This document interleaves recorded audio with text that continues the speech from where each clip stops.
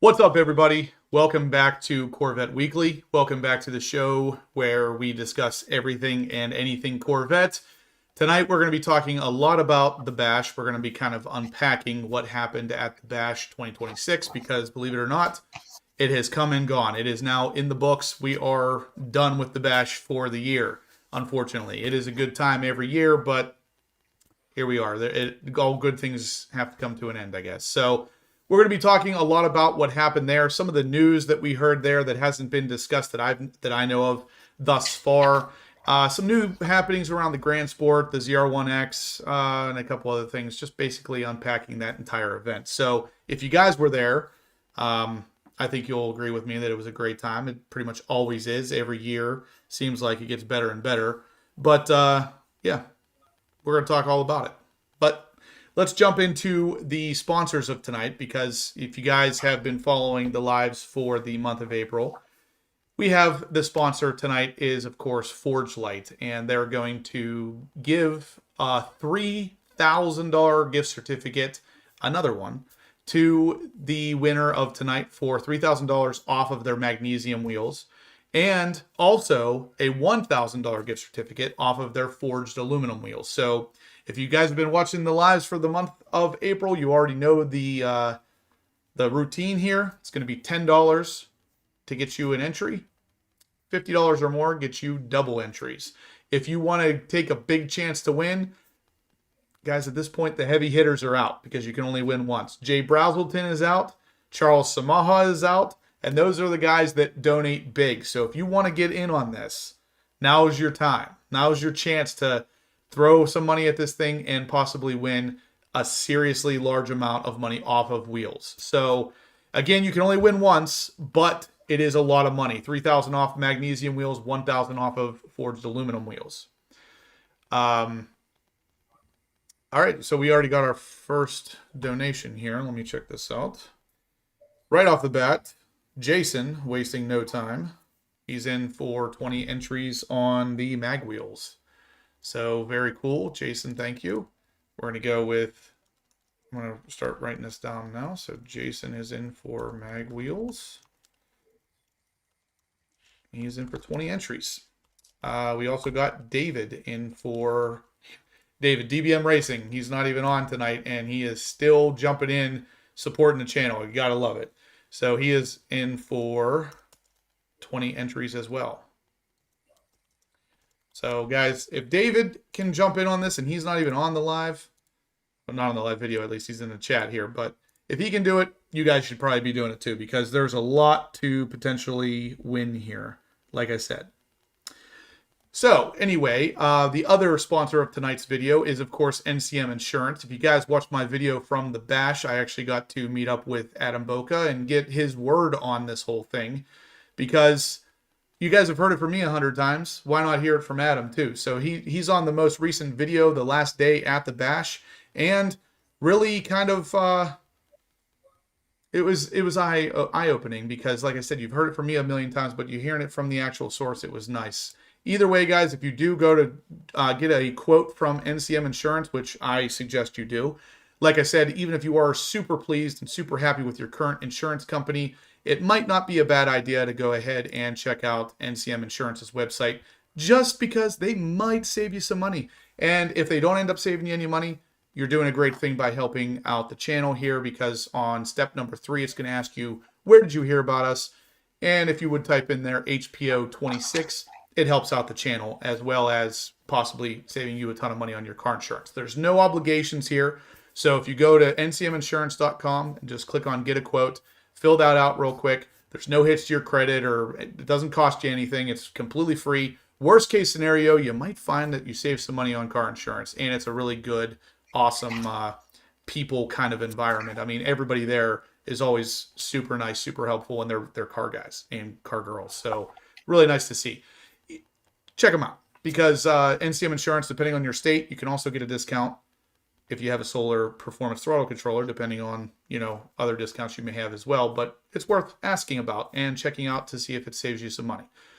That sounds like a good segue into bringing on everybody's favorite Joe. I don't even want to say everybody's favorite Joe, because there's a lot of really cool Joes in this freaking community. So I'm going to say everybody's favorite Joeler, because Joeler is on here tonight to talk to us a little bit about the HPO Vet Exchange, what cars are available, and our awesome car show coming up June 7th. So Joe, if you want to take it away, the floor is all yours. All righty. Hello, everybody. It sounds like you had a great time at the Bash. I could not make it this year, but I have it already on the calendar for next year. So look forward to seeing you. All that will be going next year. But I will be at Carlisle in August. So hopefully I will meet a lot of you there. But even before August, I will see those of you June 7th, which I'll come back to in one moment. So for tonight, we wanted to highlight a 2026 Hysteria Purple 2LZ. Has natural interior, bronze wheels, stickers 145, 730, and we have an HPO Vet Exchange exclusive price only through the channel at 131, 614. If you're interested in this particular vehicle or anything you might see on Griswell, make sure that you give us a shout, and you can email us at hpovetexchange@gmail.com or just hit up Justin directly. He'll get in contact with me, and I will sync you with the right team over at Griswell. Speaking of Griswell, as we mentioned, we're holding the inaugural Horsepower Obsessed Car Meet with Griswell in Gaithersburg, Maryland. Again, the date is June 7th. We have a few of the 25 on the dealer parking spot location remaining. So if you're interested in securing one of those 25 spots literally at the dealership, just email us and we'll make sure, and I will confirm back to you that I did get your email. So any of you that have already written in should have already gotten emails from me back. If you have not, let me know, but I have all your names in a spreadsheet. For those of you that will be arriving for those spots, please arrive by 11:45 a.m. The event is from noon till 4 p.m. And we will also be having an optional lunch for any of you that want to join Justin and I for lunch down the block at the Dogfish Head Ale House. That'll be at 1:30 that day. And then we'll venture back over to Griswell and continue to sort of hang out together. The additional parking for the non-VIP spots that remain will be at the restaurant, the Dogfish Head Ale House. And then there's an adjacent office building that will be closed on that Sunday. There's about 130 spots available there. We'll give you more details on that as we get a little bit closer. But those are really all the highlights for June 7th. So reminder, a few spots left. Reach out to us. I will confirm through an email that I've got your spot reserved. Please share the year of your Corvette for these VIP spots. You do not have to have a Corvette for the event. Just these spots on the premises will be Corvette only. We'd love to see all the other great cars that you all own. And it's open to all cars, not just Corvettes. So that's really what I want to talk about on that topic. And then one last thing I wanted to mention is segueing to solar. Some of you may have seen already. We have now made a 92 millimeter available for the C7, and that is billet aluminum. It comes in the same sort of black that we have available for the Z06s that you heard me talk about, as well as sort of the polished silver. So you can check those out on the site. Obviously, with Justin, we continue to always have HPO 5 discounting at checkout. Make sure you hit the apply button if you're using the discount, and it'll be on your entire purchase. If for some reason you bought the 91s and it's within the last 30 days, you can certainly exercise your exchange return. You know, at Solar, we always have a policy of 30 days, no questions asked on anything you buy. So if you're interested in swapping those out within the 30 days, we can certainly accommodate that. There is obviously a price increase difference between the two, but if that's not a concern to you, then we can accommodate that. And the last thing I'll say is we're not really doing it to say that the 91s need to be swapped out. Truth be known, there's a 4% CFM increase between the 91s and the 92s. but everyone's digging the new 92s in terms of the proprietary build, coloring, being built aluminum, offered in black and silver. So I'm going to leave it there for tonight. Look forward to seeing you all June 7th, and make sure you email to let us know your interest level and whether you want us to secure a spot for you. So have a good show, everyone. Thanks so much. Awesome, Joe. Thank you for giving us that update again, as always. Always good to see you. So, Same here. Guys, like Joe said, June 7th is going to be the show at Griswell, and I got a couple questions here asking me if I was driving my car down. Yes, I am. So, the other awesome Joe that I know, Joe Lamb, says, Justin, are you driving your car there? I will be driving down from where I live to Gaithersburg, Maryland. It's about a little over a 3-hour drive. So literally like 3 hours and 8 minutes or something, it says for me. So not a super long drive, way less time than it took to get to the bash. So I think 100% I'll be there with my car. I know Joe Joler is going to be there with his car as well. Him and I will have pretty much matching Seawolf Gray Z06s. And I know of at least 2 other people that are also going to have Seawolf Stingray, or one Seawolf Z06 and a Seawolf Stingray. So we're gonna kind of like have a Seawolf takeover, if you will. But anyway, guys, you really should think about coming to this car event. I don't want to call it a car show so much as a car meetup. It's going to be pretty fun. It's going to be a good time. We're going to get to see a lot of Griswell stuff, a lot of their inventory on the lot, of course. Get to talk some Corvettes, hang out. That's the best thing that we can do in this community, is to basically stay active with meetups and shows and stuff like that. So this is going to be probably the first one after the bash. I know David and I are working on another show / drag strip event, so stay tuned for that, and possibly even another one in the fall. So David and I are working on a couple shows. Joe and I are working on a couple shows, because this one at Griswell is going to be the first one, and if it goes well, we may do 2 of those per summer / fall time, and then David and I will do the same. We'll do 2, probably 1 in the summer, 1 in the fall, and yeah, we're going to just continuously try to get a nice solid group of Corvette guys together. So yes, I'm driving down, and I'd love to see you guys there. So you should all consider a meetup in Gaithersburg at Griswell Chevrolet. So if you have any questions about it, guys, feel free to ask. I do have a Facebook group kind of set up online on Facebook for questions and things that come up as we are getting closer to this event. So pictures, everything else will be shared in there. If you do want to join that, feel free. It's on Facebook. Just search for Horsepower Obsessed, and you'll see it's one of the first things I have pinned on my page. So again, guys, it was really awesome seeing you guys at the bash. Really appreciate it. We got a couple other entries here on the Forge Light giveaway. Again, guys, smash the thumbs up button if you can. Looks like we got about 150 people in here watching. Hit those thumbs ups. Really helps the channel, and it makes me feel good. When I see a thumbs up come in, I realize that maybe you guys are actually liking what we're doing here. So yeah. In the meantime, Forge Light giveaway. Looks like we have 1, 2, 3, 4 people in for the mag wheels and 1 in for the forged aluminum wheels already. So let's keep going with the donations, guys. Nobody's hitting big on the donations for either one of the 2 categories yet. So you guys all stand a pretty even chance of winning at this point. I got every donation that has come into Venmo to this exact point has been accounted for. So you are taken care of if you have, in fact, donated. So let's keep those rolling, guys. It's really going to help the channel, and of course, it's going to help you save potentially $3,000 off a set of magnesium wheels, which is awesome.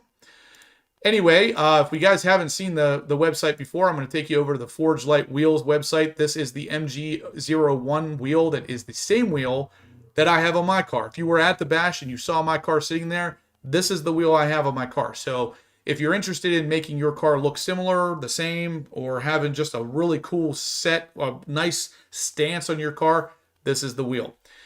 These are the magnesium version, of course, but if you want to go with a forged aluminum, you can do that as well. And the SV00 wheel is very, very similar. So you can get that same style wheel in forged aluminum or the magnesium.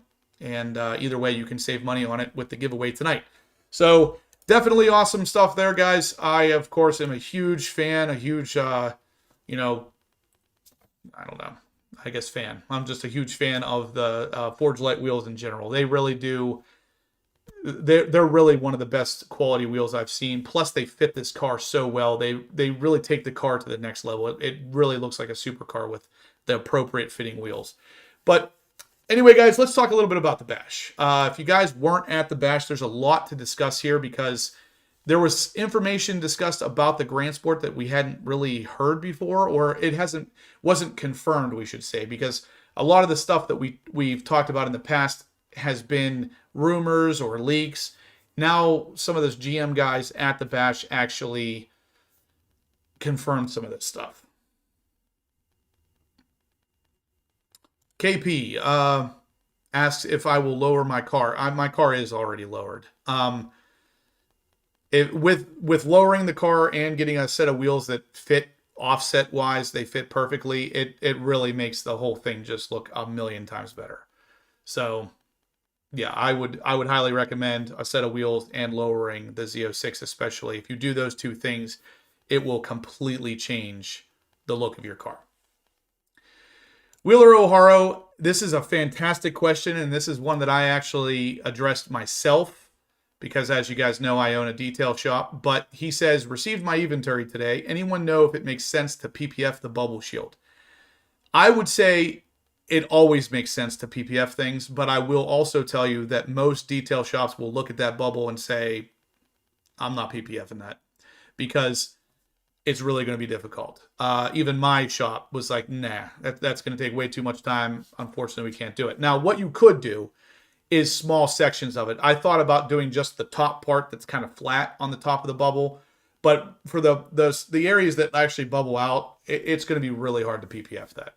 So if you find a detail shop that's willing to do it, they're probably going to charge you more than you would want to pay to get it done. But otherwise, yes, like Mark says, PPF everything. PPF the world. So I did see something come in, actually. I think it was from Ricky. By the way, I got to meet Ricky for the first time going down to the Bash. Really cool dude. Really appreciate you coming all the way down from Boston, Ricky. He is in for an entry on the aluminum wheels. Ricky, I got you in there. So good to go there. Really cool to meet you. Let's see what else here. We did just get another entry from Mr. O. He's going to be in for the aluminum wheels. So right now we got 3 entries on the aluminum wheels now, guys. So yeah, and no one's really blowing it out of the water. So everybody has pretty fair chances across the board this time around. So we will be doing these giveaways tonight. You will win tonight. If you are entering to win, you will know if you've won tonight. So yeah, make sure you're ready to win if that's the case, because there's not a whole lot of entries here, guys. So John Perkins says, can you PPF a basketball? I bet you someone has done it. If not, I bet you I could get somebody to do it. So there's not much on this planet that you can't PPF.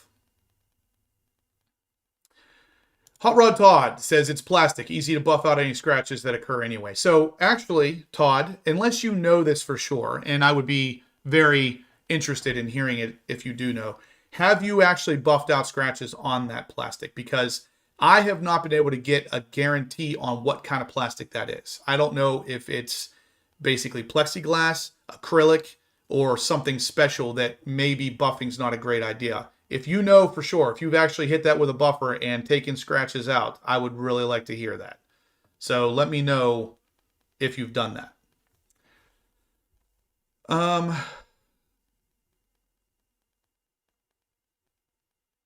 That's a good point. So Darren says, because Darren also works with PPF Expel, he says, yes, you can do it. Seamless? No. There's going to be a lot of seams on there, I would imagine so.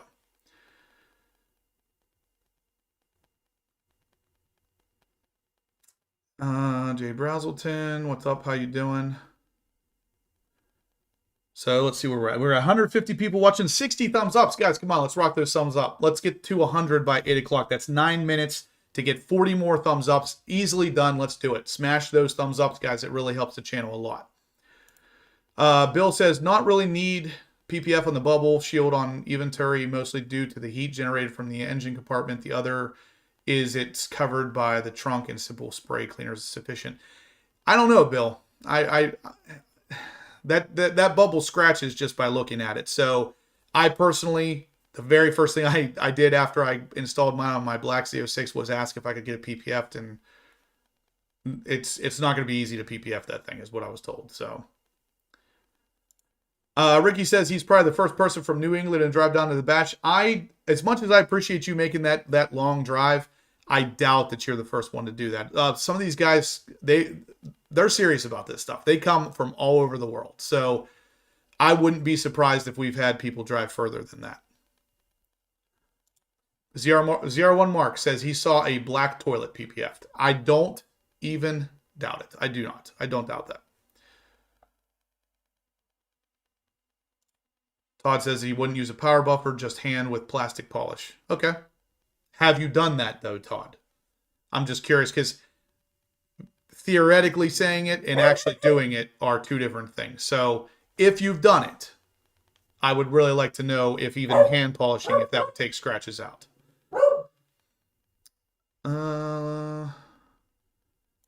David says, Justin, my first one I received from Paragon was scratched, and I tried to buff it, and it didn't go well.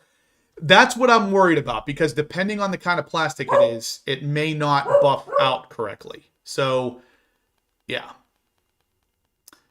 AARPM says, AWE giveaway anytime soon. I'm in need. Oddly enough, I talked to somebody. I don't know if he wants his name to be discussed yet. I talked to somebody at the bash about an AWE giveaway. It's unfortunately not going to be for a C7, but we will have possibly an AWE giveaway on the channel here very soon. So exhaust-wise, there is going to be a giveaway coming, but it probably won't be for a C7. 75 thumbs ups, guys. We need 25 more in 6 minutes. Keep smashing those thumbs ups for me. I do ceramic coat that AW or that Eventuri bubble, but KP says thumbs up for Justin's healing of sunburn. I'm not sunburnt. Believe it or not, it's not really sunburn, but it's kind of the start of a tan, we'll say. Let's see.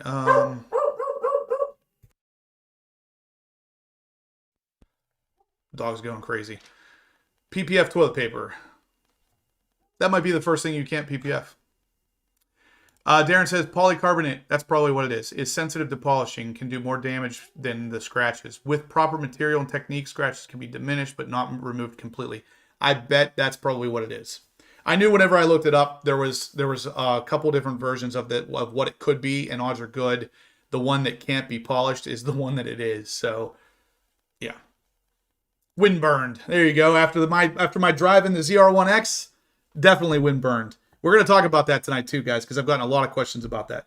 We need 12 more thumbs ups in 5 minutes, guys. We got 150 people watching, and we don't even have 100 thumbs ups. Come on, we can do it. Hit that thumbs up. We have an awesome giveaway tonight. Like I said, $3,000 off a set of Forged Light wheels and $1,000 off a set of Forged Aluminum. I'm sorry, $3,000 off a set of magnesium wheels from Forged Light and $1,000 off a set of Forged Aluminum from Forged Light as well. So both of those will be given away tonight. Make sure you're jumping in on this, guys. I've got everybody up to this point already cashed in on the giveaway, so make sure you're doing it. Let's see. JW Lucas says, Justin, it was great to meet you and David at the bash. It was awesome meeting you guys too. I met a lot of really cool people at the bash. I do every year. Every year I'm down there. I meet a lot of really awesome people. I get to hang out with you guys who are also really awesome people. A really good time. I got to meet the official Charles Samaha, the real one. We checked his ID to verify that it was really him. Really awesome guy as well. Got to hang out with all of the RSC guys. Shane, hanging with Shane. He's probably not on here, but he's the thumbs up guy. He was there. Not everybody has thumbs. Even if you don't have thumbs, you can hit a thumbs up. That's the beauty of this. Just normal thumbs, not green thumbs.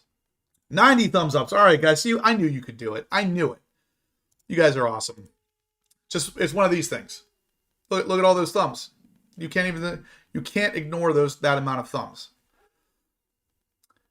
We did, David, believe it or not, whenever we first met him, Professor Corvette, the first thing he asked him was to see his ID, because Somebody told me they were Charles Samaha at Carlisle last year.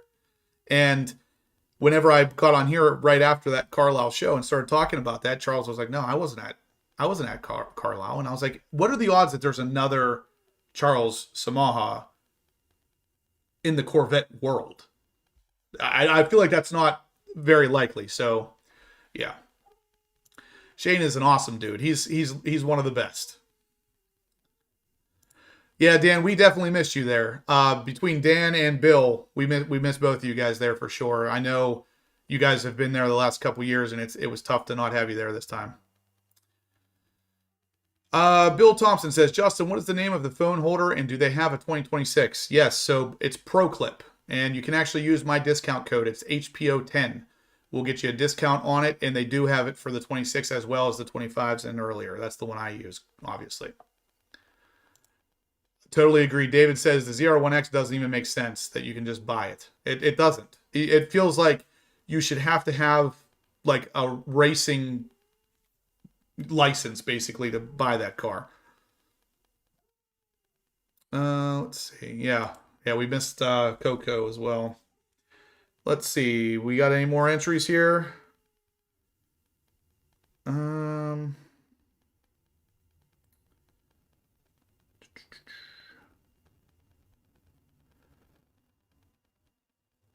So yeah, we got Jamie is in for 10 entries.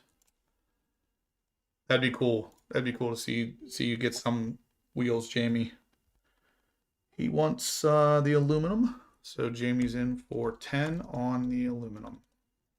And Paul is in for 10 on the aluminum as well. And that's it. So we got everybody covered up to this point. So if you want to get entered in on the giveaway, go ahead and get entered. I got everybody caught up so far. Mr. T says, what did you think about the graphics package on the Mobile One car? I actually was interested in that because I saw it come in and I was like, that looks like a ZR1. And then I got closer to it and it was a ZR1 with the Mobile One kind of livery. It was interesting. It's not something that I would do to my car. I'll put it to you that way. But I always appreciate seeing the diversity, seeing the people doing different things. Because honestly, if we all did the same thing to our cars, that would be pretty boring. So I'm glad to see people doing their own thing and making their car theirs. And that Mobile One graphic package was definitely a way to do that. So really cool. I liked it a lot. The Bash is great for that kind of stuff. So is Carlisle. When you go to either one of those two shows, you are going to see a lot of people doing really different things to their cars, whether you like it or you hate it. Either way, it's different and it will stand out amongst all of the other cars out there. So, oh, was the Mobile One a ZR1X? I didn't notice. Okay, then even better yet. I thought it was just a ZR1. I didn't get close enough to see if it was an X. Yeah, yep. You guys are right. I guess you all got closer than I did to it because I didn't see that it was an X. Let's see. Thumbs ups for YouTube to know if the video is popular would get pushed to the algorithm. Yeah, that's exactly what we want, guys. So it's 8 o'clock. We're at 96. Come on, we need 4 more real quick before it hits 8:01. Need 4 more thumbs ups, guys. We got 152 people in here watching. You can easily do that. Let's see if we can hit it before 8:01. I'm watching. Smash the thumbs ups. Let's see. Yeah, at NBA Live, I was thinking that same thing. So on the Nurburgring cars sitting there was the really nice flag decal, as you guys know, on the ZR1 and the ZR1X that goes like right in between the two spines coming down the hood. That flag right there is like almost like a matte black and a white, and it's a really nice decal that I thought for sure they were going to offer as an option to put on a ZR1 or ZR1X that you buy. We haven't seen it yet, and I'm guessing they're going to, but it still hasn't popped up yet. They need to, because that is a really cool option. Let's see. We got, all right, we're at 105. You guys rock. You rock, but keep going. We want to get to 200 by 8:30 now. It would be really great. So if you haven't hit the thumbs up, please do. We're giving away some really cool stuff tonight, and we're going to talk about the Bash, and actually we're going to talk about the ZR1X right now because Engineer Insanity is asking me, am I going to change my order from a ZR1 to a ZR1X? So, for those of you who didn't see it, I got to drive a ZR1X at the bash. I don't want to say whose car it necessarily was. If you know, you know, but I don't want to throw any owners or anything under the bus. He was a very nice guy. It was very, very nice of him to do what he did by putting, I don't want to say a stranger because he knows me pretty well, but he doesn't know me as well as you should know somebody to put them behind the wheel of a ZR1X, and he let me drive it anyway. So I got to drive this car, and it was an amazing experience. The car is unbelievably fast, and if you watch the video, you will see some interesting reactions and expressions on my face that you probably haven't seen before. And it took everything in my power to not consistently say bad, vulgar words, because every time I hit that gas on that car, the word that wanted to come out of my mouth would not have been great for YouTube. And it's because it's just completely unexpected. I've driven 2 different ZR1s, C8 ZR1s, and those cars are insanely fast too. But the ZR1X just felt even faster. Of course, it is. It's got more horsepower. But I will tell you this. While I do think I have probably harshly judged the hybrid all-wheel drive system of the ZR1X because I was comparing it to my experience with the E-Ray. I've driven a couple E-Rays, and my experience with those cars is always the same. They're interesting for what they are. They're not for me. I don't like the way the E-Ray drives. I don't like the way the E-Ray handles. That's just me. Your opinion can absolutely vary. I'm not going to force my opinion on you. I'm just telling you what my opinion is. I don't like the way the E-Ray drives. I don't like the way it handles. The ZR1X is not the same as an E-Ray. It's not. There's more to it than it just being a ZR1 with a hybrid motor. There's more to it. The Chevrolet team has that thing tuned and dialed in. With all of this said, I will admit that I harshly judged the ZR1X, but I still would not change my order from a ZR1 to a ZR1X. And there's 2 reasons for that. 2 big reasons. The biggest one is that you can't get them. The ZR1X is literally basically unavailable, and I am not going to pay $1 million over MSRP for it. So I have a better chance of getting a ZR1 than a ZR1X. So for that reason alone, I wouldn't do it. Now, the second reason is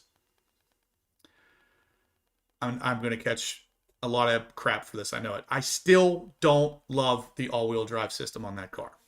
I don't love it. On the ZR1X, it is far better than it was on the E-Ray. I still don't want an all-wheel drive system. Now, I have realized something here, though. For those of you out there who don't love the idea that I don't love hybrid engines or hybrid motors, it's not that I don't like hybrid.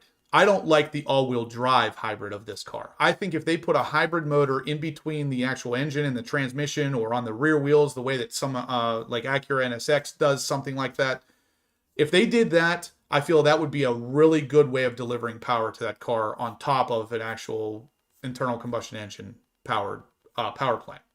So if they do that, I would be fine with hybrid. My concern is I don't like the way the car feels with the extra weight in the front end, and I don't like the way it feels in a turn. Not because of grip. You get a lot of grip. Grip is not the issue.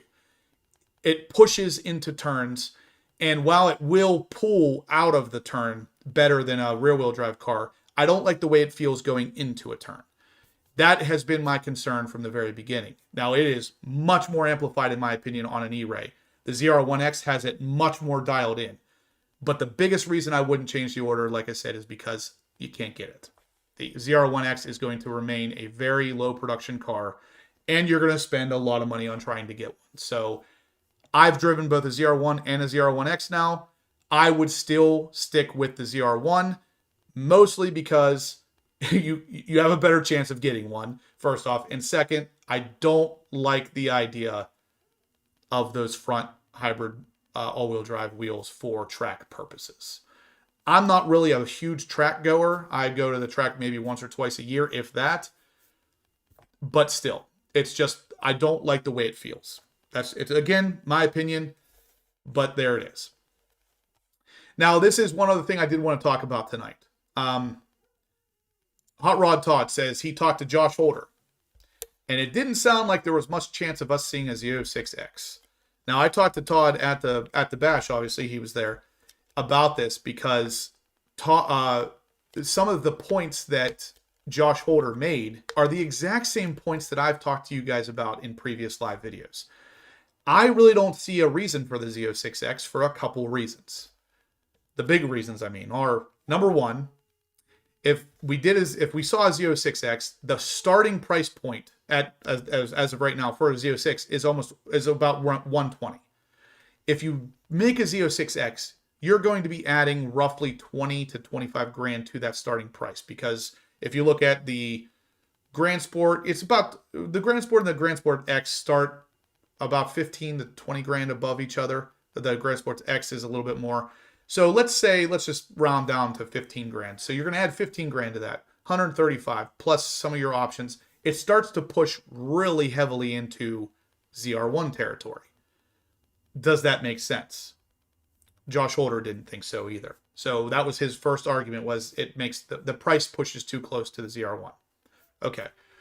On top of that, what I just talked about with the ZR1X, and specifically more so the E-Ray, the way the car handles itself in turns, does not instill confidence for a track driver. Drag strip, yes. Track driver, no. And again, the Grand Sport X and the E-Ray both are not configurable with any kind of track aero. The Grand Sport is with the Z52 track package, but the Grand Sport X is not, and neither is the E-Ray. That's GM's way of telling you this car's not for the track. Now, I know a lot of you out there are going to say, well, okay, Justin, if that's the case, then why does the ZR1X have high aero? Again, the ZR1X feels different when driving it than the E-Ray does. The E-Ray is obviously going to feel a lot like the Grand Sport X. But the ZR1X, there's something different about that car. The way it handles itself is different than the way the E-Ray did. So that's my opinion here. I don't think the Z06X makes sense for price purposes. It doesn't make sense because I don't think it's going to be great on the track. And the Z06 is supposed to be the dedicated track car based on what GM usually sells it for. So that's where we're at with that. I don't think a Z06X is happening. Josh Holder didn't seem like he was going to give much thought into that either. Now, of course, this all could be smoke and mirrors to push us away from what's really happening. I'm not 100% on that, but it does seem like unlikely that it's going to happen. My opinion. Does that mean it won't? Absolutely not. There is a good chance, based on some of my internal whisperings I've heard, they have talked about this. They've talked about the Z06X. And just because they're talking about it doesn't mean they're going to do it. So we'll see. This was a gift, by the way, from Charles Samaha. All right, let's see what we got here. That's a great point there. ZR1 Mark. Where is the E-Ray Nurburgring times? Where's the Grand Sport X Nurburgring times? If they're track cars, why didn't they take them with them to the Nurburgring?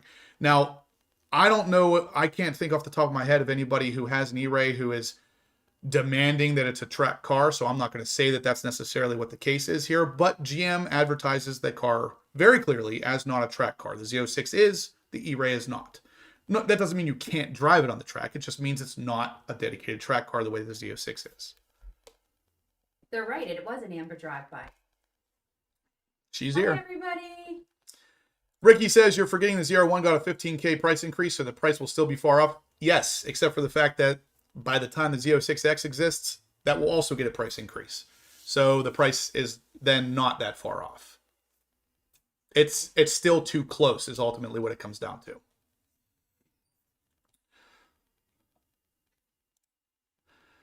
Why does the ZR1X hold all the track records and not a ZR1? I don't want to get into this too much, but there is a reason for this. And I talked to some people at the bash about why I speculate that reason is.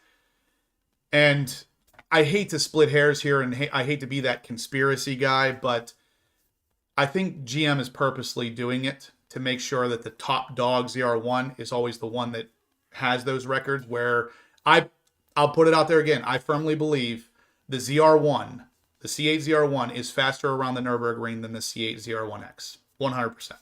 I think they purposely sandbagged the car just a little bit because they didn't want the ZR1 to be faster than the newly announced ZR1X. If they came out tomorrow and said, hey, we went to this track and the ZR1 beat the ZR1X by X amount of time, that's not going to make the ZR1X guys very happy. So they can't really do that. I don't know. I'm not going to sit here and tell you that that's 100% accurate, but that's my feeling on it. I really do believe that.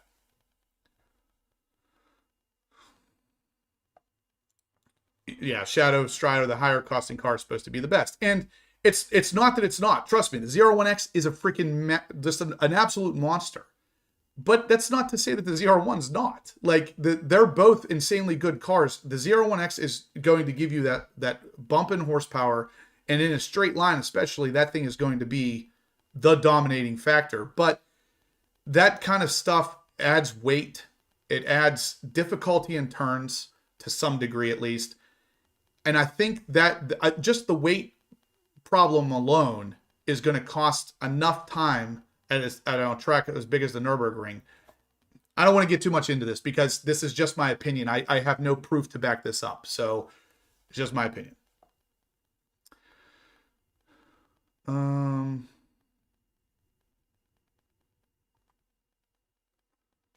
Professor Corvette says Josh said they're going back to the ring, but not with a C8. I heard from some of the guys that, you know, actually work on the assembly line, and they were hoping that Chevy was going to go back to the Nurburgring, but I told them the same thing that I told you guys last week. I highly doubt that they will. It's not really, it doesn't make sense financially at this point to send GM back to the ring with these cars, because best case scenario, they come back with a slightly better time. It's really not going to make a big enough difference at this point. I think the ZR1X is probably more suited for the drag strip, just like the E-Ray is. So will the Grand Sport X will also be. And for some reason, people hear me saying this and they read it as some sort of insult, and it's not. This is not an insult. It's great that Chevy has these cars built for different purposes. Now, the ZR1X especially can really do both. We've seen it doing both, so it can absolutely do both. But I do think it's built more so for one of the two. And in this case, I think it's built more so for the drag strip, whereas the regular ZR1 and the Z06 especially are built more for the track. So they're not going to do as well on the drag strip as the ZR1X, but the ZR1X is probably not going to do as well as the ZR1 on most tracks. They do need to start going to American tracks. We've been talking about this for a while. I would say stop going to the Nurburgring and just start tearing up the tracks here and make that the standard. Literally start testing your cars at the same, 5 to 10 tracks around America and make those numbers the numbers that matter. The people here in America are buying the cars anyway. This is what matters here. Something else that we learned at the Bash was the Quail Edition cars. Somebody mentioned that here. Yeah, Sean says that you can use a stealth wrap on a Quail Edition. So I talked to some of the guys that actually work at the assembly plant on the line, and they had, I think, 9 Quail Edition cars sitting there, just sitting there waiting for transport. Now, or quality control, look over. Why this is interesting is because these cars don't sit outside the way the rest of the cars do. Once they're built, they sit inside waiting to be wrapped up and then put on a transport trailer. What they do, and these guys, the guys that are working on the assembly line told me this, that they haven't finished a Quail Edition yet that they didn't have to replace 1 or 2 or more body panels on after looking over the quality control. So the matte paint is extremely difficult to get correct. And if there's any imperfections in it, it's a lot more amplified than it is on a regular shiny or gloss surface. So a lot of these panels end up getting replaced. Once they're done, the car is then wrapped up and it goes straight onto a transport truck. It does not sit in the parking lot or that big lot down at the National Corvette Museum the way that other cars do.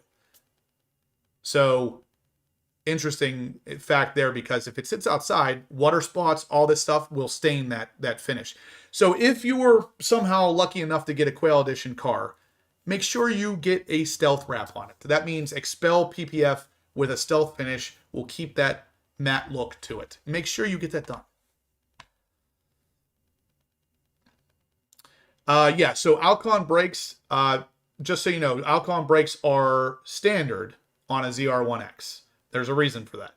The ZR1X is a little heavier and it's a lot faster. It needs more brake to stop. So bigger brakes are always better brakes. There's no in between there. You got a 6-piston, great braking system. You got a 10-piston, better braking system. It's that simple. Let's see. Yeah. So yeah, Drew is an engineer, but he can drive just like all of these guys. Aaron Link was in the C8 Z06 going around the Nurburgring. He's just an engineer, but he can drive. These are not just engineers that sit behind a desk pushing their glasses up all day. Like, they know how to drive. They're not professional drivers, but they're not the weekend warrior either. They know how to drive.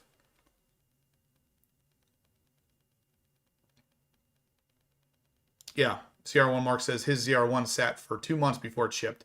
It wouldn't have if it was a Quail edition. Nice. Anthony George says he just got his car back from being quailed. So that means some stealth PPF. I think that's pretty cool.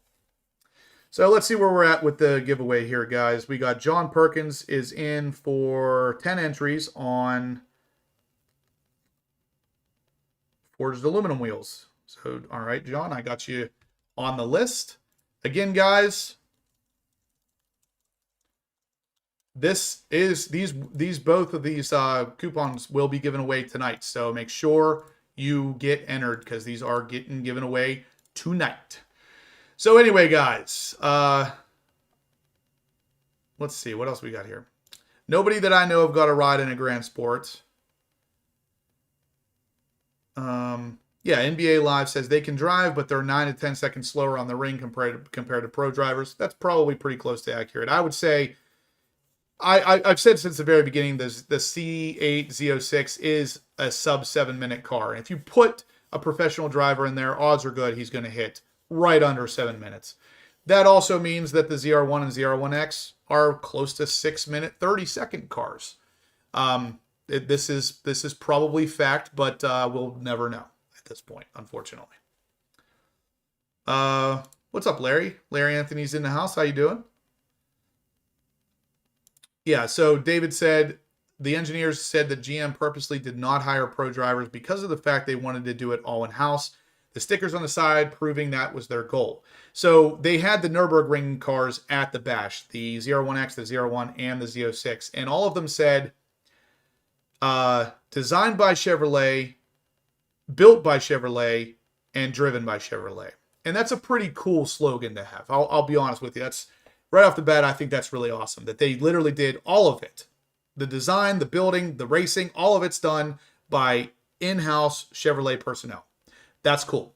However, if you want to go for balls to the wall, absolute best time you can possibly get at the Nurburgring, you probably should have thrown at least one pro driver in that car at some point just to see what they could do. Ford's obviously doing it, and that is giving them the edge here with a car that's showing better times. But at the same time, I can appreciate what Chevy wanted to do here.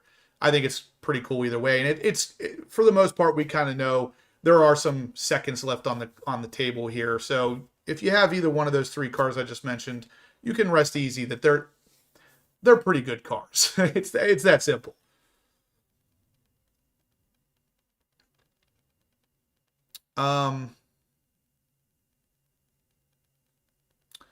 So that if you guys haven't seen that yet, there was a manual transmission C8 Corvette at the bash. It was fake. The whole thing's fake just to I don't troll, be funny. I'm not sure what his goal was with it, but it's not actually a manual transmission car. Anthony George said, did they start any of the Grand Sports at the bash? Yes, they did. They started it like once every 30 minutes or something and revved it. And I'll be honest, you'd have to have, in my opinion, you'd have to have the Grand Sport and the Stingray side by side to really hear the difference. It sounds maybe a hair deeper and a little louder because the one that they were starting is the center exit exhaust, which is a louder exhaust. So if you get the center exit one, it's basically straight pipe when the valves are open. The outside exit one still goes through the mufflers to some degree. So it's not as loud if you don't get the center exit exhaust. Now, the one that they were starting was center exit. and it was maybe a hair deeper. It's not a night and day difference between the sound of the two engines.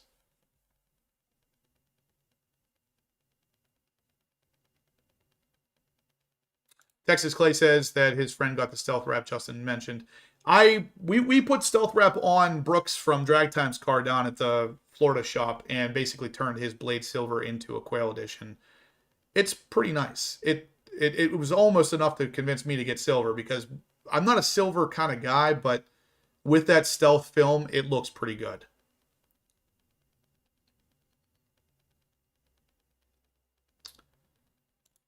Yeah, Sean, that's not exactly what they're saying. So he says if Chevrolet hires a professional driver, it's still driven by a Chevrolet employee. They're not saying that it's a Chevrolet employee. It's basically they're saying that the guys who helped build the car also race the car. So I mean these are Chevrolet engineers that worked on the C8Z06 or the C8Z01 or the C8Z1X, and then they also race that car, and it's all done in house. So it's not just that it's an employee; it's that the whole thing from start to finish was done with Chevy, engineers.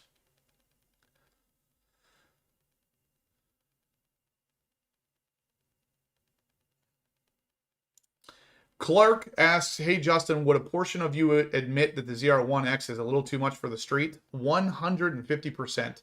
That car is too much for most people, for 99.9% of the world. Not saying that it shouldn't exist. That's not my point here at all, because horsepower is an obsession, as you guys might be able to tell. But it is a lot of car, and if you don't respect it, you're going to get hurt in it. It's that simple. The ZR1 is the same thing. It's a lot of car. It's a lot of horsepower. Don't think you can just get in that car and smash the gas and you're going to be fine.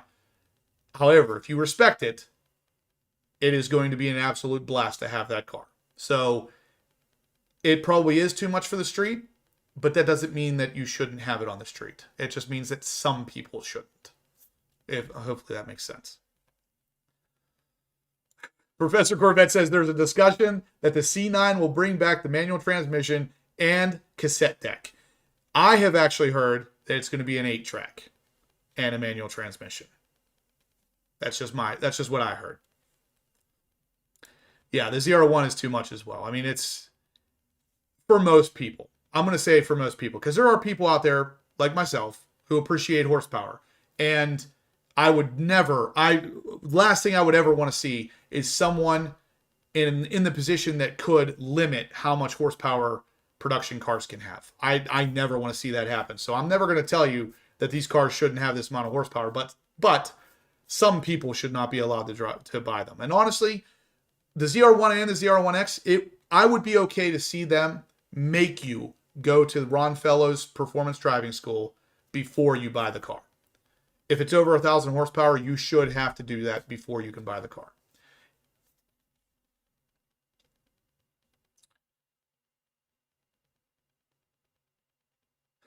Kevin Horan says that the builder of his engine walked by his car at the bash. First one he has ever found. His two girls were really impressed that their dad built my engine. This is another really awesome tidbit. When you go to the bash, this can happen. The guy who built your engine can literally find you. And I tried to find the guy who built my Seawolf Gray car, the engine of my Seawolf Gray one, but he was on vacation. Kind of figures, but that's my luck. But last year, I did find the builder of my black Z06 engine and got some pictures with him. This is a really cool thing that can happen down there. When I had 3 different guys who actually work on the assembly line come up to me and tell me that they watched my videos and introduce themselves to me. I thought that is absolutely mind-boggling that someone there that builds these cars for a living cares enough to watch some guy on YouTube talk about the cars that they're building for a living and watch these videos. This tells you that these 3 guys, at least these 3, I mean, I'm sure there's more, but at least these 3 guys are super, super enthusiasts, because you work all day at the plant building these cars, then you want to go home and watch more about these cars. It's that tells you right off the bat, they are enthusiasts. Because otherwise, a normal 9-to-5 job, the last thing you want to do when you get home is more work. So really cool stuff.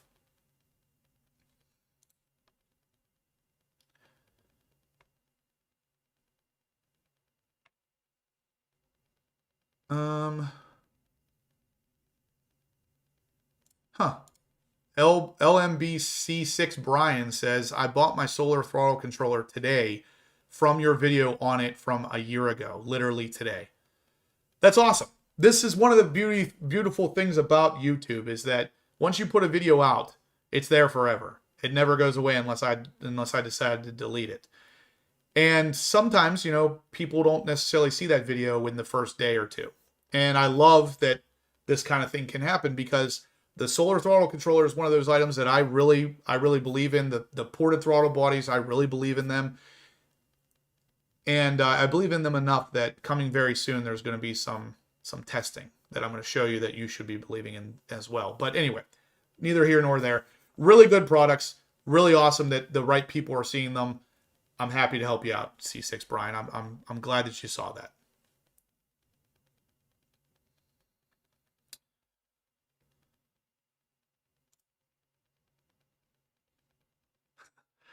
Kevin says he asked his engine builder to drive it like he's told. He almost got him to say yes. That's cool. Engineer Insanity says we should all download HBO videos in case Justin deletes them. I'll never delete those things. Not only that, technically, it's illegal to download YouTube videos, so I wouldn't recommend doing that.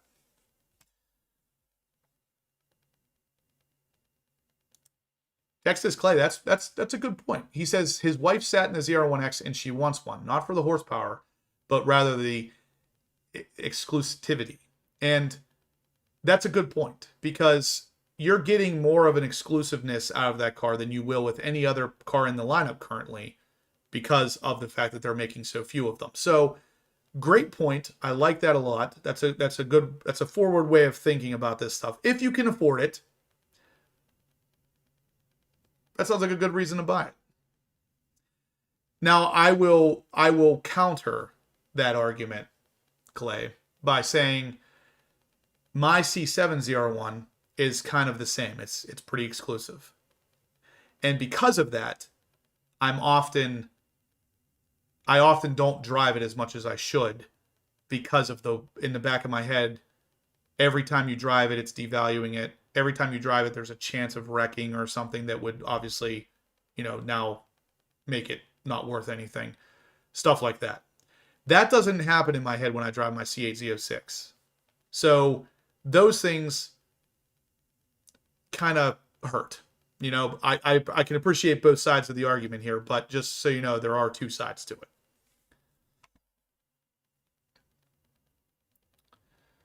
C6 Brian says he has to say he's a little upset with GM. He bought his 26 Stingray a day before the Grand Sport announcement, and he had no idea the new engine was going to the Stingray 2. He would have waited. Brian, so there's two things here to keep in mind.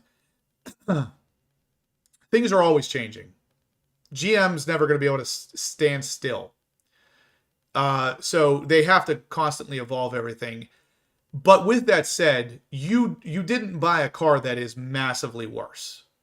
You didn't buy a car that's really worse at all. The new one has 40 more horsepower. And the new one, if you have any interest in this, the new one is also going to have to go through growing pains. So certain mods aren't going to be the same. Mods that you have access to for the last 6 years are going to have to possibly be redesigned to work with the new engine. We did find out, by the way, that the ECM on the LS6, the new LS6 and the new Grand Sport and Stingray, is going to be new. It's not going to be something that's from a Z06 or from a Stingray. Therefore, meaning you're not going to be able to tune this car initially. So if you want to build a crazy Grand Sport or a crazy Stingray, you're not going to be able to. The ECM is very unlikely to be cracked or hacked right off the bat. It's likely to take, if it's anything like the rest of the cars, it could take years before it's cracked to the point where you can mod it with superchargers and turbos and all that stuff. So if you want to do mods, you have the better platform currently than the 27 Pluses. And the 27 Plus is going to be more expensive, so you got a cheaper car. Those are your two pros for the car you bought. And the only con, you're 40 horsepower lower. Other than that, you didn't really miss anything. So I think you're fine where you're at. And yeah, Professor Corvette, thanks for thanks for reminding me. 2 different times I said in that video, stars and steel. Yeah, I didn't say stars and steel. I said stars and stripes. I don't know why. I have no idea why. In my head, I knew it was stars and steel. And I'm looking at it and I'm like, stars and stripes, because I'm looking at stars and stripes. You know what I mean? I have no idea. Oh, good. Wheeler O'Hara did it too. Thanks, Wheeler. You took the attention off of me. He says ZR1X stars and stripes. We'll only have 25 of them. Get the last one or the first one, and that's the height of exclusive. You were right, other than the fact that it is stars and steel. I said the same thing in my video, the last video down at the bash. I kept calling it stars and stripes, and I don't know why. Like I said, it was in my head. I'm looking at it, and I can see the stars and stripes, so that's just what I said. But anyway, yeah,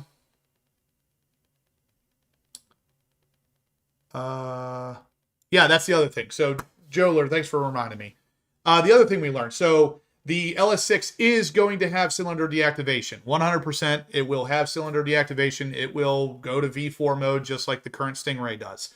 That is 100% confirmed from GM. They did it for EPA purposes.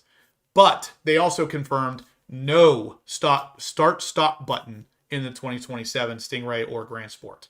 So, anywhere you've heard that information, it is incorrect. It is not going to get that. So again, confirmed by Chevrolet at the bash. No auto stop-start, but it is going to absolutely have cylinder deactivation, just like the current Stingray does.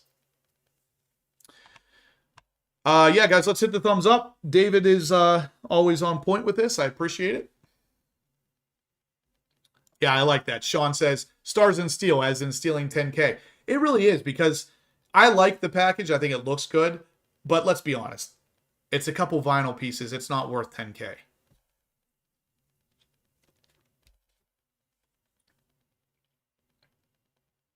Yeah. Larry says he spoke with a tech guy at the bash, and the only cars with stop-starts are hybrids. So we're not going to have that in the Stingray or Grand Sport, but we would obviously in the Grand Sport X. No, there will only in the hybrid cars. That will not exist in the Stingray or the Grand Sport X regardless. That was at some point someone put that out there as fact, and it's not fact. That person was completely wrong about that. I like the decals on the ring cards better too. And all it is it's just a nice flag that fits in between those veins or spines or whatever you want to call them on the ZR1 hood. I think that's a fantastic look. Texas Clay says, any thoughts on if there will be markups at most dealers for the Grand Sport? I don't think the Grand Sport's going to get much of a markup, if any, because it's not that there's not a demand for it. There is, but it's pretty late in the C8 lineup, and it's not a top performance variant car. So if I had to guess, small dealerships might try to, but they're going to find they're not able to mark those cars up. They'll probably sell for right at MSRP for a couple months, and then eventually they're going to dip down just like the rest of the cars have.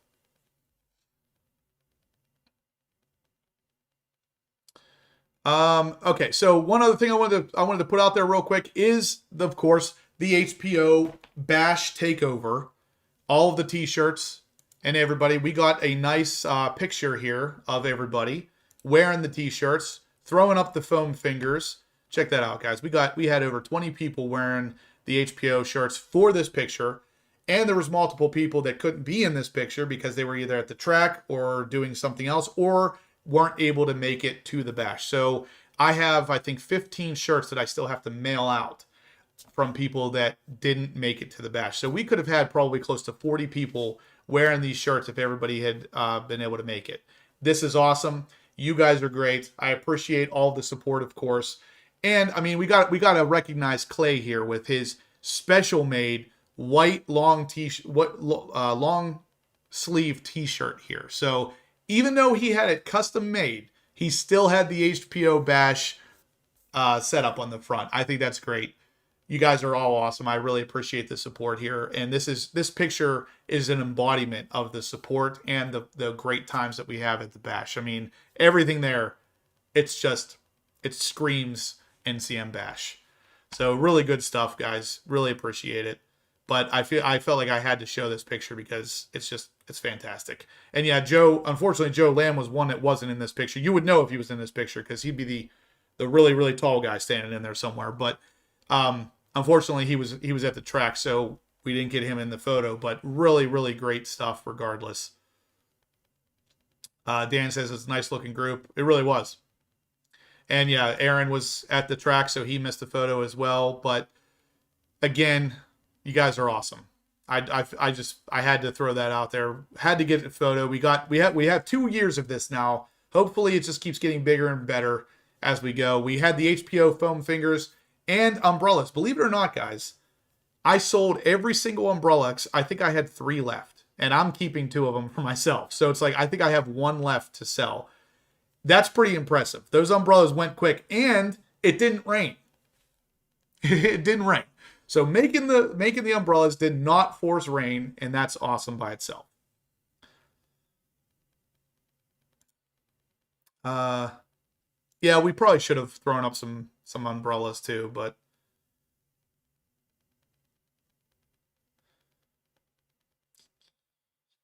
Engineered Insanity, that's actually not it's not bronze wheels. Those are like a dark graphite wheel.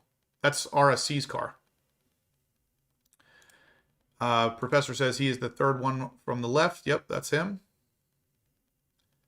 The umbrella fits in the door pocket. Rick, it's funny you say that. I just put mine there today, so really cool. Yeah, David says Aaron was too busy driving 60 miles an hour on the track. Ooh. I don't know if that's a sick burn at Aaron or if that's a sick burn at the fact that the people in front of Aaron were too slow for him to go fast.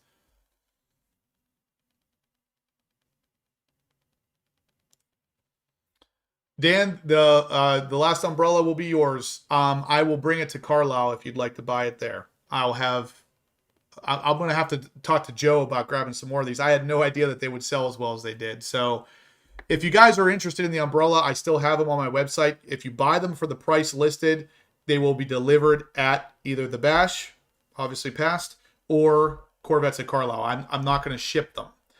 I could ship them, but for the price on the website, that's just for picking them up locally. So if you want them to be shipped, just let me know and I can throw you a shipping cost on there as well.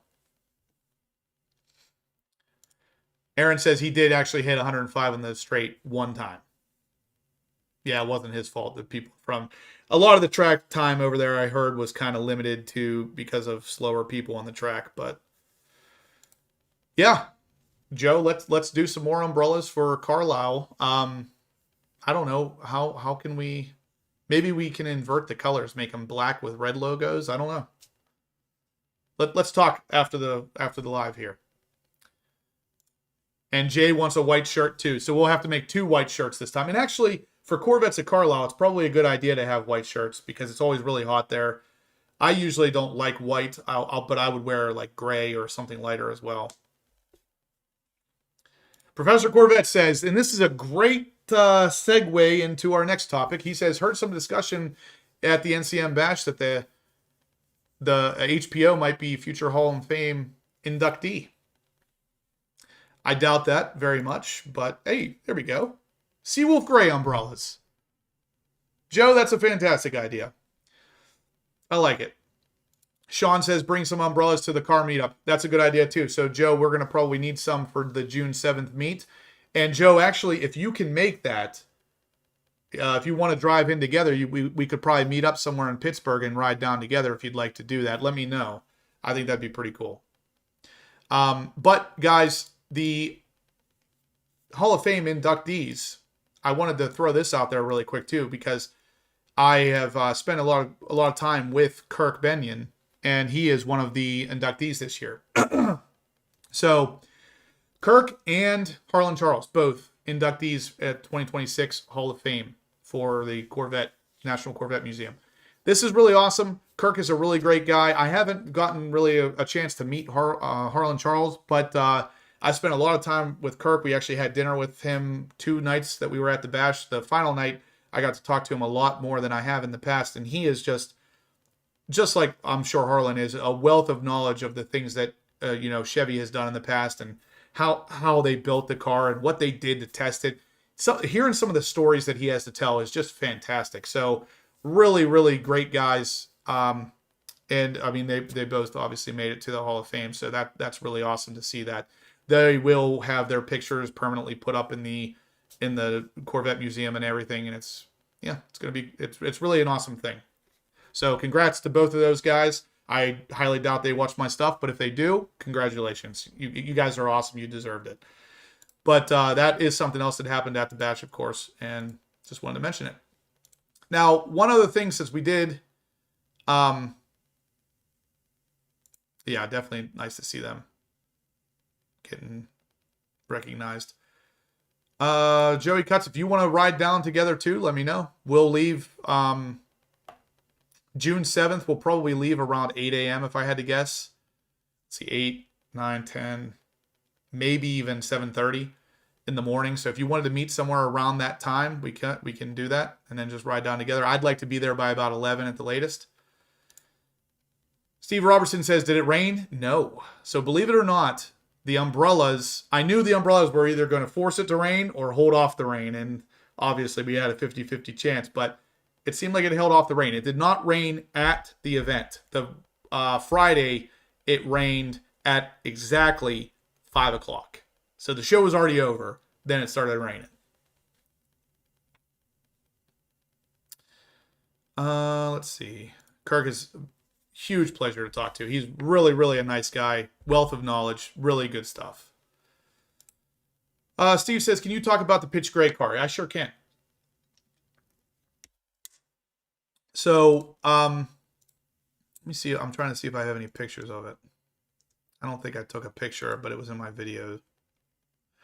If you guys haven't seen the video, I did talk about pitch gray metallic quite a bit. And I'll be honest, I like it, but it's significantly darker than I thought it would be. So if you can picture carbon flash in your head in a slightly lighter tone, that's pretty much what pitch gray is. In my opinion, I feel like they should have gone a couple shades lighter, but that's not to say it's bad. It's a nice color. And I also it was also confirmed to me by, again, one of the guys that work on the assembly line, that the pitch gray metallic is in fact the same color of the ZR1X we saw go through Barrett-Jackson without the matte clear coat. So if you guys remember, I said this. I said that the pitch gray was probably going to be that color without matte finish. It was going to be gloss instead. That has been confirmed as well. It is the same color. So the car that was auctioned off at Barrett-Jackson, that is pitch gray metallic, only with a matte finish. Steve Robertson says, will your ZR1 be pitch gray? I'm still on the fence. I still don't know if I want it to be pitch gray or if I'm just going to go black. I'm kind of leaning towards black because my current ZR1 is black. And I would kind of like them to match as far as black, red calipers. I'd like them to kind of have that going. But at the same time, it doesn't have to. So I'm kind of torn.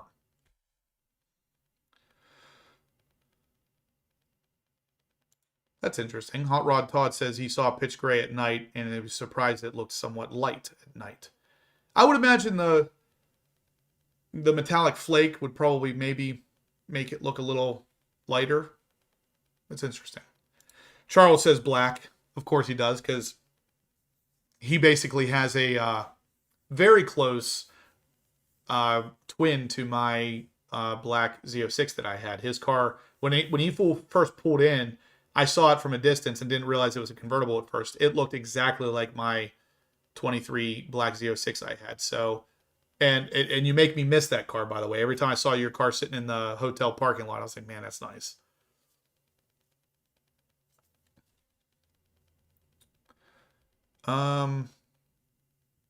Engineered Insanity says you need a black C6 and C401 too. The C401 is probably the only one I would not. I don't really have an interest in going back that far, but the C6 ZR1, I'm actually actively looking for a C6 Z06 as well, and you'll know why here soon, because I might have a collection of Z06s coming. Yeah, Charles has a real nice Z06. Larry says he's torn on pitch gray too. Probably would stick with Sebring if he trades. Yeah, I don't know. I'm kind of torn on it, but we'll see. Ricky says he'd say pitch gray is right between Seawolf and Carbon Flash, but the tone of the shade is more towards Seawolf. I don't know, man. I think it's closer to Carbon Flash.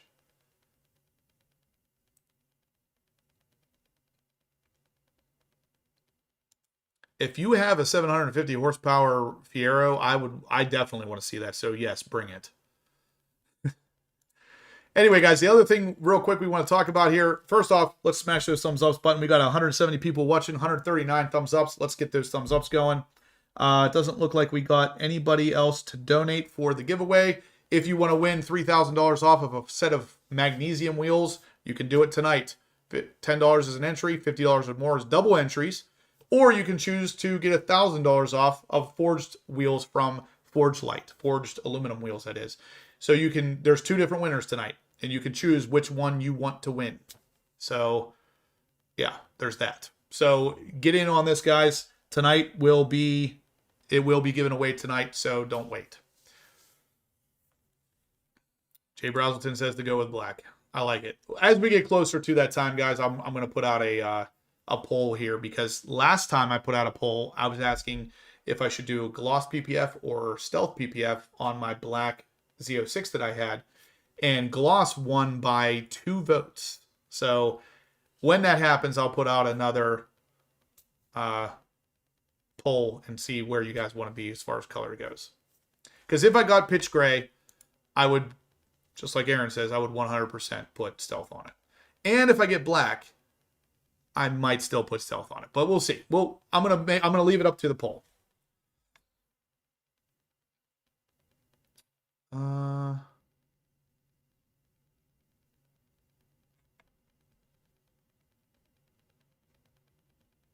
Yeah, please bring that. I agree. All right, so one other thing I wanted to talk about real quick here, guys, is something interesting that happened. So we were talking about the ZR1X. Of course, I got to drive one, and they're crazy. But the ZR1X literally just broke the NCM Motorsports park record.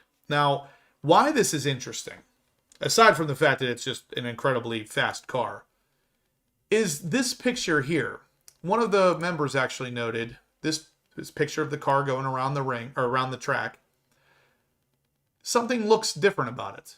And I didn't notice it at first until someone posted a picture down below. So let's read over this. So first off, Sonoma Raceway in the ZR1X, it sets a record at 1:34.17.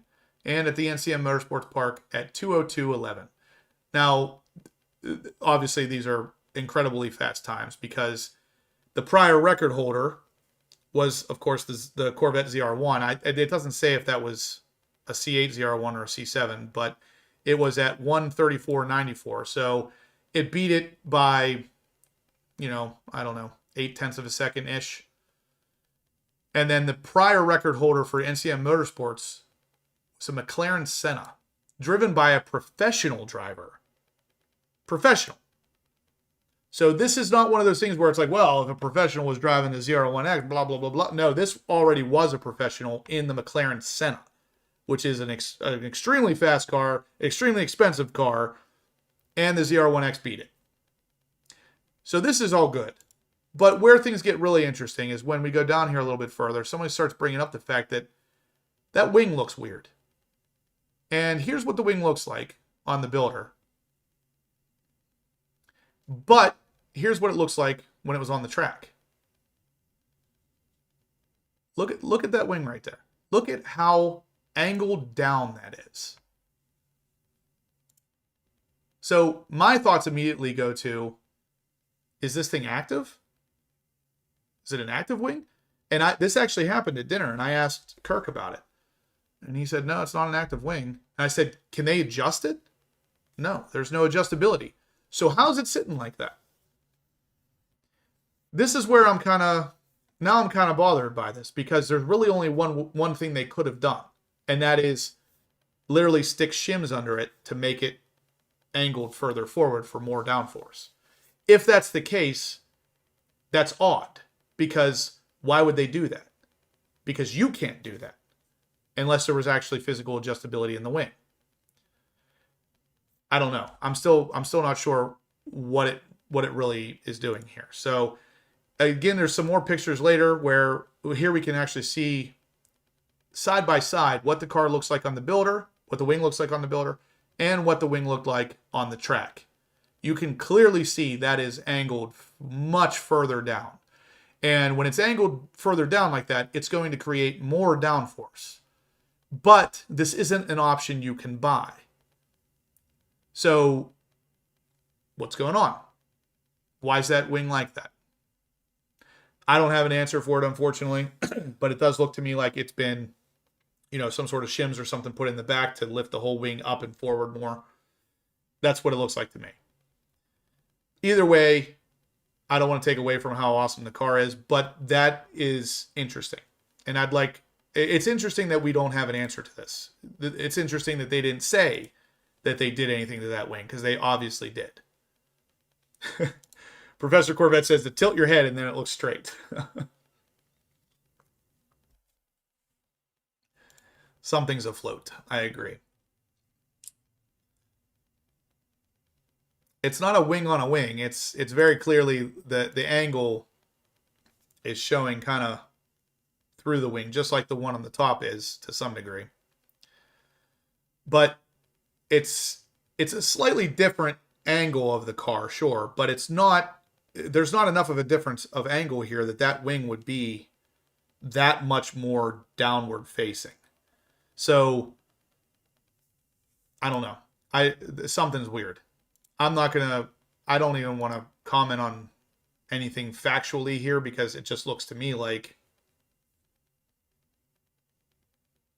it's shimmed down. Wingate, yeah. Hot Rod Todd says that will be the standard wing on the new competition model to be built at a later date. I like it. Yeah, and I was thinking that same thing, Bill. He says he's not sure that it would even use the extra downforce from the wing being angled like that due to the track not really allowing speeds fast enough to utilize it. And someone said that the wing bends at 190 miles an hour. I think this picture was on the NCM Motorsports Park track. And if that's the case, you can't get to that speed. And I don't know if you can get to a speed fast enough to even warrant the use of that aero, the extra aero, just like Bill said. I don't know, but it's still weird. It's still weird. It's something that doesn't make sense. Maybe that is the point. Yeah, David said maybe that's the point. The lower speeds it would potentially be more effective now at a lower speed if it had a greater, attack angle like that. I don't know. Or I guess that is true. Or maybe it broke. I mean, we would never hear that either, I guess. They're never going to tell us that the wing snapped off while it was on the track, but I don't know. It's just weird. I wanted to bring it to your attention because I'm kind of weirded out by it, but I don't know. Yeah, it's a lower speed technical track, so it's not likely that high speed aero would really come into play much, but David's saying that he thinks it would still be beneficial. If you've ever seen that wing, I highly doubt that wing vibrates at all in the wind. In fact, I know it doesn't. Whenever I drove the ZR1 that I did, you could see that wing does not move. And I was moving fast enough that wing should have moved. Yeah, if your wing stays in this position for more than 4 hours, please consult a physician. I don't know. It's just weird. I wanted to mention it. I have no idea what's causing it, but it is definitely different.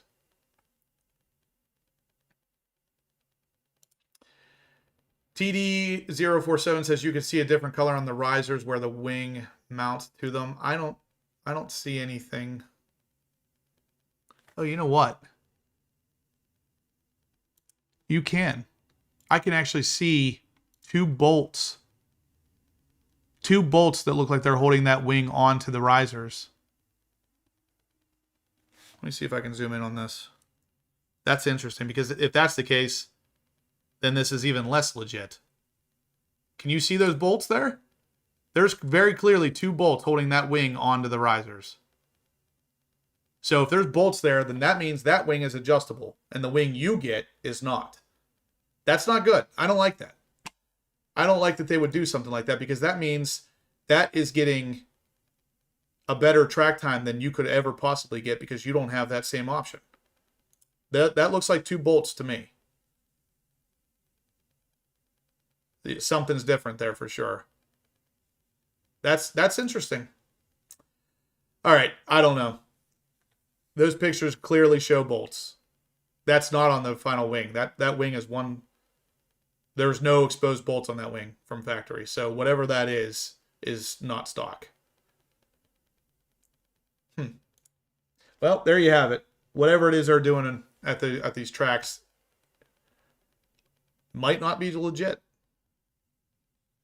It is definitely a pre-production car. The Alcon calipers don't have any paint or lettering on them, but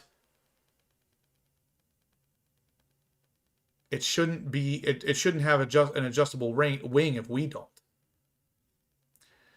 I don't have any pictures of the car when it was at the bash, but I did take a video of it. I don't know if I videoed the wing though. I'm going to have to check and see, because if that wing didn't have those bolts on there, then I have even more questions. I'm going to have to check. I didn't notice those bolts before, but that's definitely changing it. I mean, the approach angle or the attack angle of that wing is significantly different than what we've seen on a ZR1 or a ZR1X. Engineered Insanity says any wing is adjustable with a Sawzall. That's true. That's very true. I like it. All right, guys. So we got 153 people in here watching, 143 thumbs ups. We could make those numbers match. Smash those thumbs ups. I'm going to give you guys 3 more minutes. You got 3 minutes to make final donations for the Forge Light wheel giveaway. You can choose to win a $3,000 gift certificate towards magnesium wheels or a $1,000 gift certificate towards forged aluminum. You got 3 more minutes to get those donations in. We did get one more donation from, looks like, Wesley. Yep, Wesley, I'll get you in for 10 entries. And actually, let me see which one you wanted. Wesley is in for the forged aluminum. So, Wesley, you're in for 10 entries on the forged aluminum. Otherwise, guys, we got 1, 2, 3, 4 entries on mag wheels. 1, 2, 3, 4, 5, 6, 7 entries on forged aluminum. So if you want to jump in there, you got 2 minutes now to do so. Jay Brazelton is not on the wheel tonight, guys. So this is going to be your best chance of winning. Jay and Charles, 2 of the heaviest hitters on these giveaways. Both of them have already won. So tonight's your night.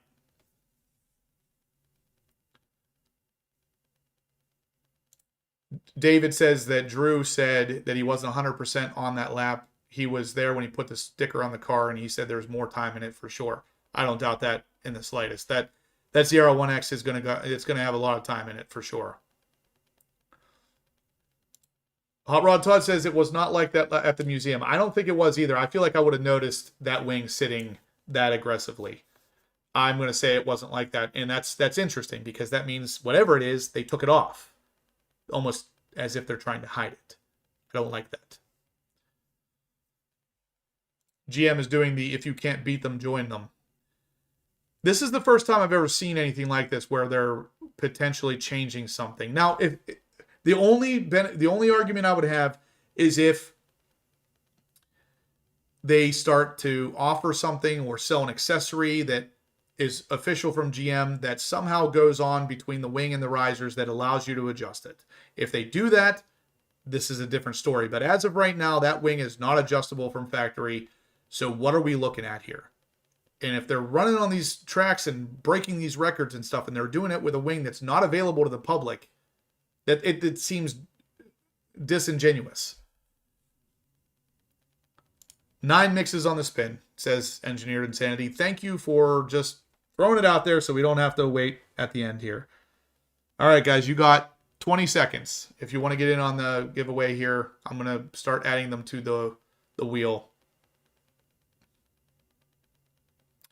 The nose length only looks different because the angle of the picture is slightly different. That's not actually any different.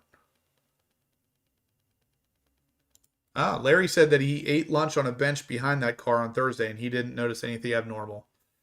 I'm pretty sure it wasn't there as well. I did film that car, but I don't think I got all up and personal in its personal space for the wing. But I filmed it and I didn't notice anything either, and I would have noticed that. So I'm pretty sure that was not on that car. And that's the same yellow car that was at the bash. It was sitting in front of the museum for 3 days. All right, no more entries. So guys, I'm going to start loading up the wheel here. I think we've talked about everything tonight.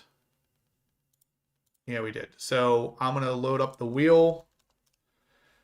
We're going to do 9 spins on forged aluminum first. So let's get these names in here. We got David with 20 entries, Mr. O with 20, Jamie with 10, Paul with 10, John Perkins with 10, Wesley with 10, and Ricky with 1. So we're going to turn this over now. Here we are. I'm going to shuffle this 9 times thanks to Engineered Insanity. So here we go. 1, 2, 3, 4, 5, 6, 7, 8, 9. That's 9 shuffles. Here we go.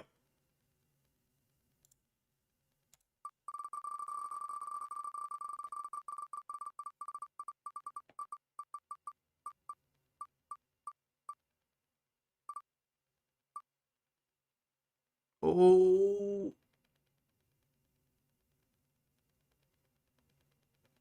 Just barely.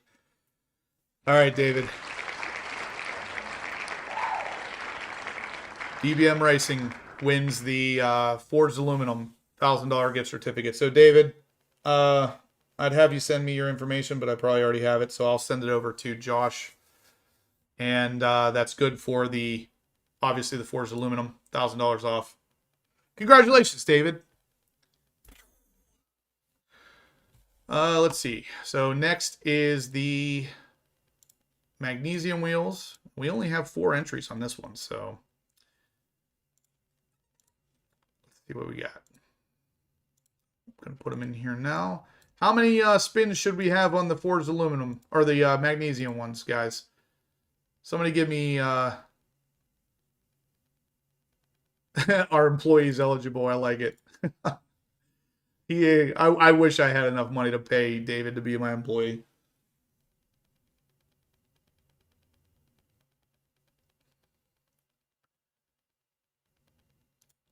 That's true. Engineered Insanity deserves a thanks for saying 9 mixes. All right, John Perkins says 7. All right, let me get these in here. So we got Jason with 20. Anthony George with 20, Kevin with 40, and Joe with 20. All right, so here's this. We're going to do this 7 times. So we got 1, 2, 3, 4, 5, 6, 7. All right, here we go. This is for the 3,000 off magnesium wheels.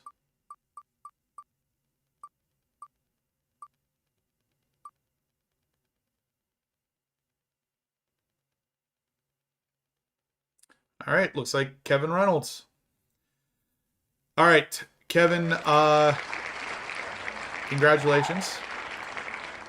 Send me your information. I know I have it. You've won a bunch of stuff here too. So send me your information again, though, via email so I can get it over to the Josh over at Forge Light.